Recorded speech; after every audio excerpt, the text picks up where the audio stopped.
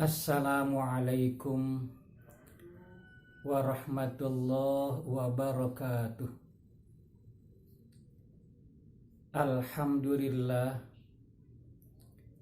Alhamdulillahi nahmaduhu wa nasta'inuhu wa nastaghfiruh wa na'udzu billahi min syururi anfusina wa min sayyiati a'malina. May yahdillahu fala mudhillalah wa may yudlilhu fala hadiyalah. Asyhadu an la ilaha illallah wahdahu la syarikalah wa asyhadu anna sayyidana Muhammadan abduhu wa rasuluh. Allahumma salli wa sallim wa barik ala sayyidina Muhammadin wa ala alihi wa ashabihi ajma'in. Amma ba'du, fa ya ibadallah, usikum wa nafsi bitaqwallahi wa ta'atihi la'allakum tuflihun. Qala Allah ta'ala fi kitabihil karim, Bismillahirrahmanirrahim. Qul huwallahu ahad, Allahus samad, lam yalid wa lam yulad wa lam yakul lahu kufuwan ahad. Shadaqallahul azim.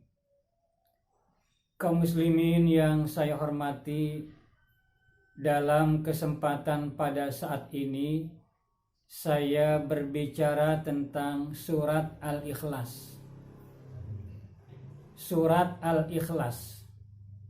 Ikhlas itu artinya murni atau tulus. Surat Al-Ikhlas termasuk dalam urutan surat yang ke-112 di antara 114 surat yang Allah turunkan kepada Nabi Muhammad sallallahu alaihi wasallam dan tercatat di dalam Al-Qur'anul Karim. Huruf surat Al-Ikhlas ada 47 huruf. Surat ini termasuk golongan surat Makkiyah, artinya surat yang diturunkan sebelum hijrahnya baginda Rasul ke kota Madinah. Surat Al-Ikhlas sebab turunnya ada beberapa orang kafir berkumpul. Di antaranya ada Amir bin Tufail, ada Zaid bin Qais, dan beberapa orang lainnya berkumpul. Ada baginda Rasulullah sallallahu alaihi wasallam. Beliau bertanya kepada Rasul, "Ya Muhammad, sif lana rabbak." Wahai Muhammad, tolong beritahukan kepada kami sifat-sifat Tuhan yang kamu sembah. Min ayyi syai'in huwa.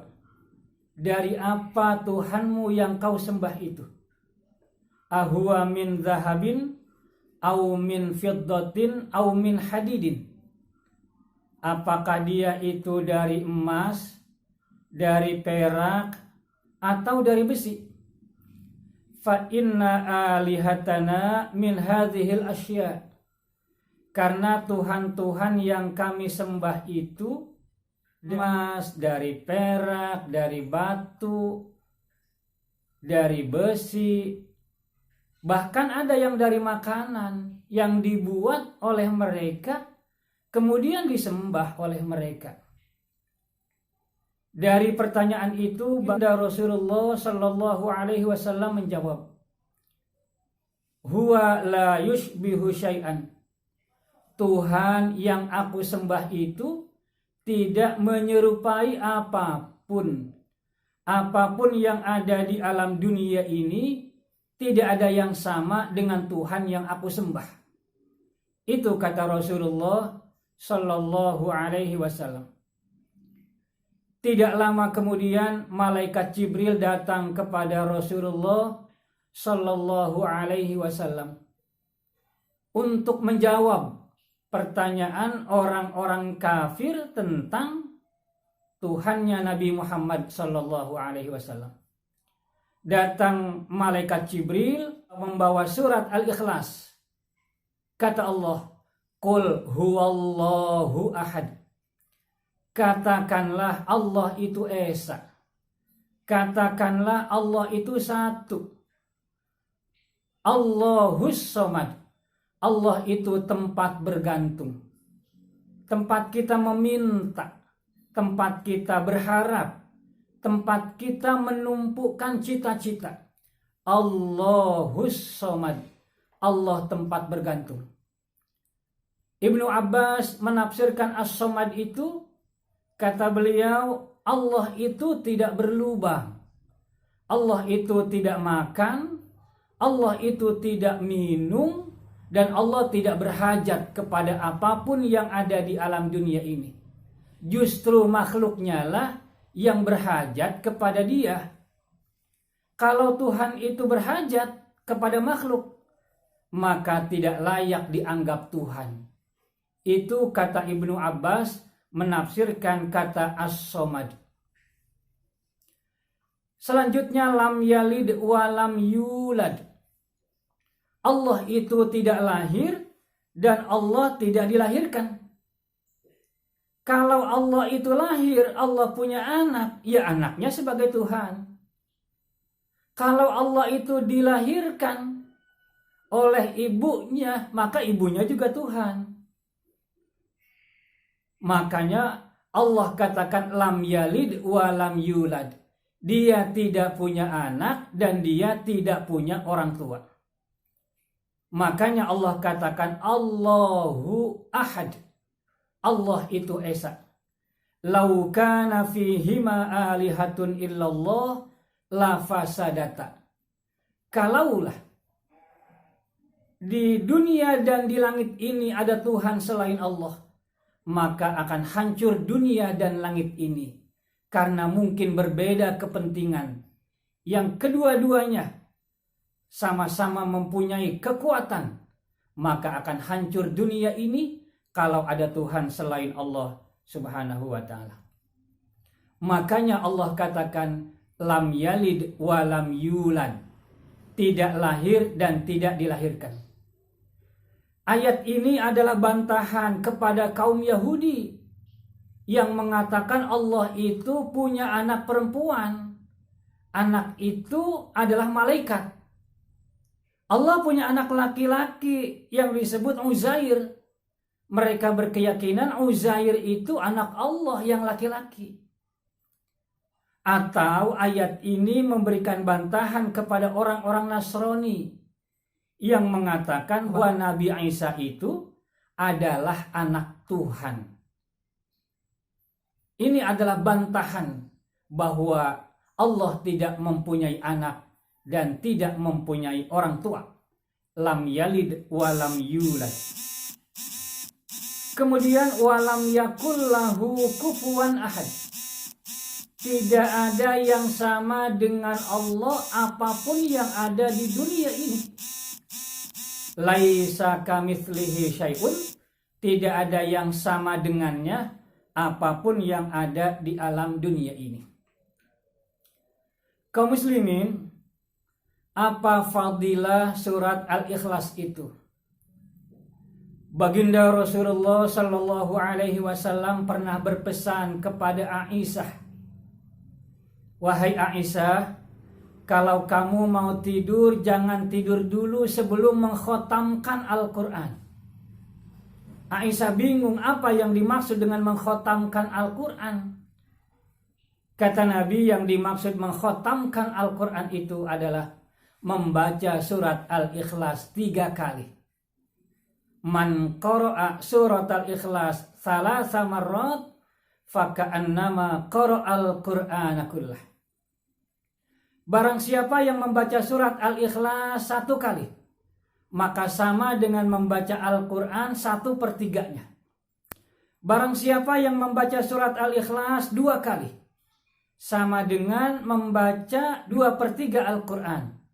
Dan barang siapa yang membaca Al-Ikhlas 3 kali, maka sama dengan membaca Al-Quran secara keseluruhan. Dalam hadis yang lain, baginda Rasul berpesan, bacalah 10 kali surat Al-Ikhlas sesudah kita sholat subuh. Orang-orang yang membaca surat Al-Ikhlas 10 kali, maka setan tidak bisa menggoda dia di hari itu. Dan dia tidak bisa berbuat dosa karena telah membaca surat Al-Ikhlas 10 kali. Kaum muslimin, di zaman baginda Rasulullah sallallahu alaihi wasallam ada seorang sahabat yang bernama Muawiyah. Beliau disolatkan ketika meninggal dunia oleh 70.000 malaikat. Nabi dipanggil oleh malaikat Jibril untuk menyolatkan Muawiyah. Sehingga lebih dari 70.000 malaikat bersama Rasulullah menyolatkan jenazah Muawiyah. Nabi tidak mengerti kenapa orang seperti ini sangat mulia sehingga disolatkan oleh lebih dari 70 malaikat. Nabi bertanya kepada malaikat Jibril, "Ya Jibril, mengapa Muawiyah itu begitu mulia sehingga disolatkan lebih dari 70 malaikat menyolatkan?" Kata malaikat Jibril, "Karena Muawiyah setiap saat selalu membaca suratul Ikhlas. Berdiri dia membaca Al-Ikhlas, duduk dia membaca Al-Ikhlas, setiap saat dia membaca surat Al-Ikhlas. Itulah yang membuat dia sangat mulia di hadapan Allah Subhanahu wa ta'ala." Oleh karena itu, marilah sama-sama kita perbanyak membaca surat Al-Ikhlas di waktu berjalan, naik motor, waktu naik mobil. Mudah-mudahan kita jika membaca surat Al-Ikhlas setiap saat, derajat kita sama dengan Muawiyah, dimuliakan oleh Allah Subhanahu wa ta'ala. Mudah-mudahan ada manfaatnya. Wassalamualaikum warahmatullahi wabarakatuh.